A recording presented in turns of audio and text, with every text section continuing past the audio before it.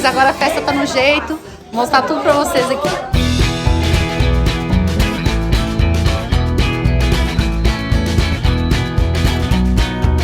Caldinho de mandioquinha barô com frango, canjicão doce, vaca atolada, caldo de feijão, milho cozido.